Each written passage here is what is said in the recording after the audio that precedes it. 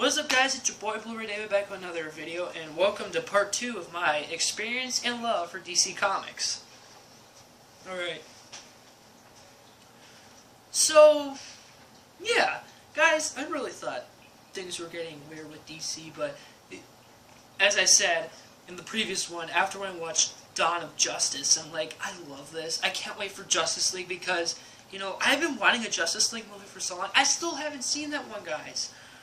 I want to see it though. I know there's some people out there. Oh, okay, my camera glitched.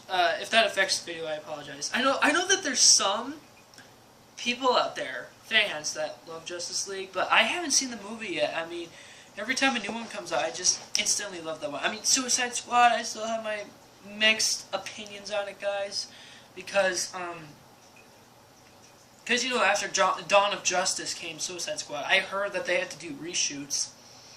Honestly, I don't care, but I guess the only... Okay, well, yeah, 3 characters in that movie I like. Batman is in there, so that's a bonus. Jared Leto's Joker looks pretty cool, and Deadshot by Will Smith. Honestly, I hope Deadshot gets his own movie. Well, let's talk about my experience with the Dark Knight trilogy, guys. So, in 2014, Easter came around, and my mom and I were at Target. I was looking for some good deal movies, and then she's like, hey, why don't you get Batman Begins? I'm like, yes, I've been wanting to see this one. So, after seeing that, I'm like, oh, I gotta get the next one. So, June of 2014, I got The Dark Knight with Heath Ledger's Joker. I've heard some pretty intense stories with Heath Ledger during, like, behind production, and they were not good. But it served his character really well in The Dark Knight. I don't know if that's everyone's #1 Joker, but again, it's debatable. You guys can decide in the comments who is the #1 Joker in DC. And then 2015, The Dark Knight Rises was going on sale, and then I've seen it. It's more longer than the first 2. I was just impressed, especially with Tom Hardy's Bane. Like, that is so cool.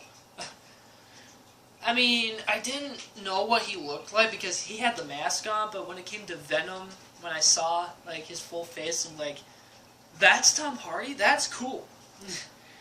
So, yeah, Tom Hardy. Bane. I wonder who's going to play Bane in the DCEU.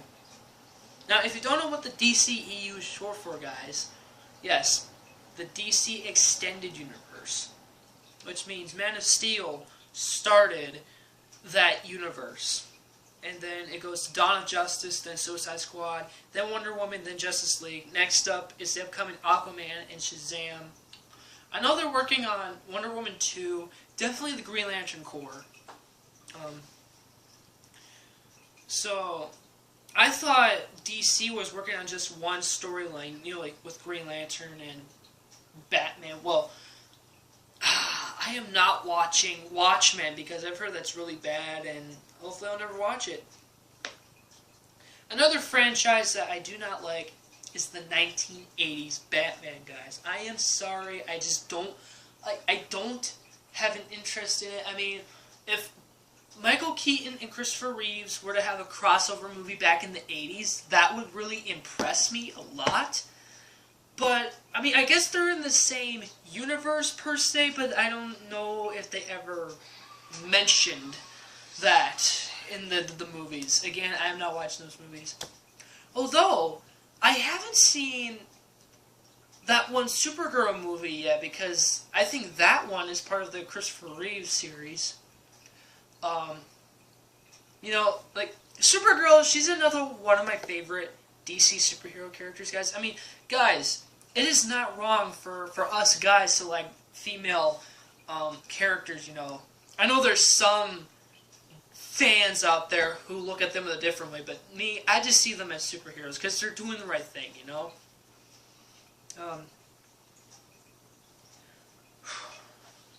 I mean, yes, I know DC is competing with Marvel, but I just love both franchises. I remember seeing a meme, like, somebody was like, like, I love Marvel and DC at the same time, and they have Doctor Strange, like, you know, like, as the fan base, like, teach me.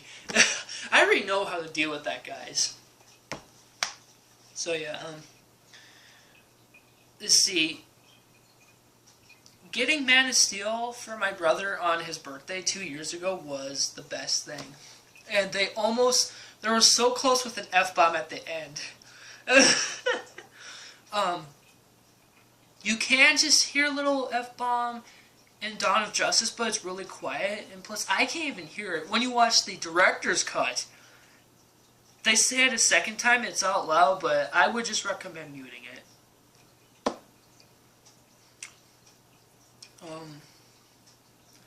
Yeah, Suicide Squad, I have not seen that yet. But guys, this Black Friday, I want to go to Walmart because Walmart has this exclusive box set. It's the 5-movie pack of the DCEU movies. Yep. I just want to get my own set.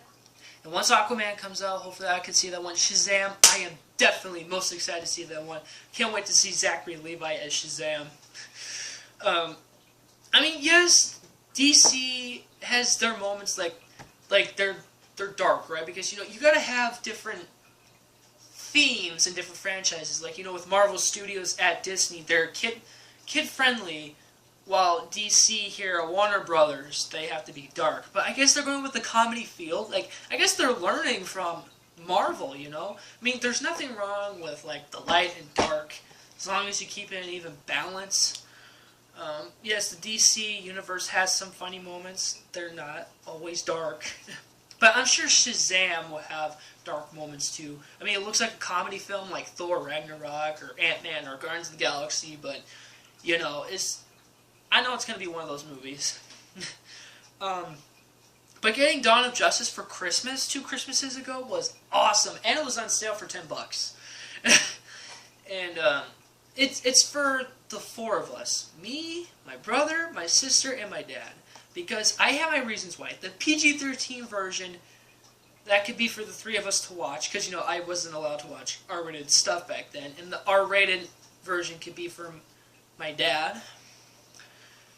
But I have seen the director's cut. It is amazing. I love how they added more stuff to it. So yeah, I thought that was pretty cool. I mean, yes, my sister, like, whenever I put that movie on, she can watch it because she's not that scared of it, but when it comes to the director's cut, she can't watch it. So, if she wants to watch it sometime in the future, I would have to be in the room with her, you know, like, after when she turns 17. But that's not going to be for another few years, like, 5 years. It's another 5 years, guys, so she's got time. But I think Suicide Squad has a director's cut too, right? I know there were rumors that Wonder Woman was supposed to have a director's cut, but that never happened. And Justice League, okay, I feel really bad for Zack Snyder because he's the one who started this universe, the cinematic universe for DC. He was directing it from the start, but his daughter committed suicide like last year.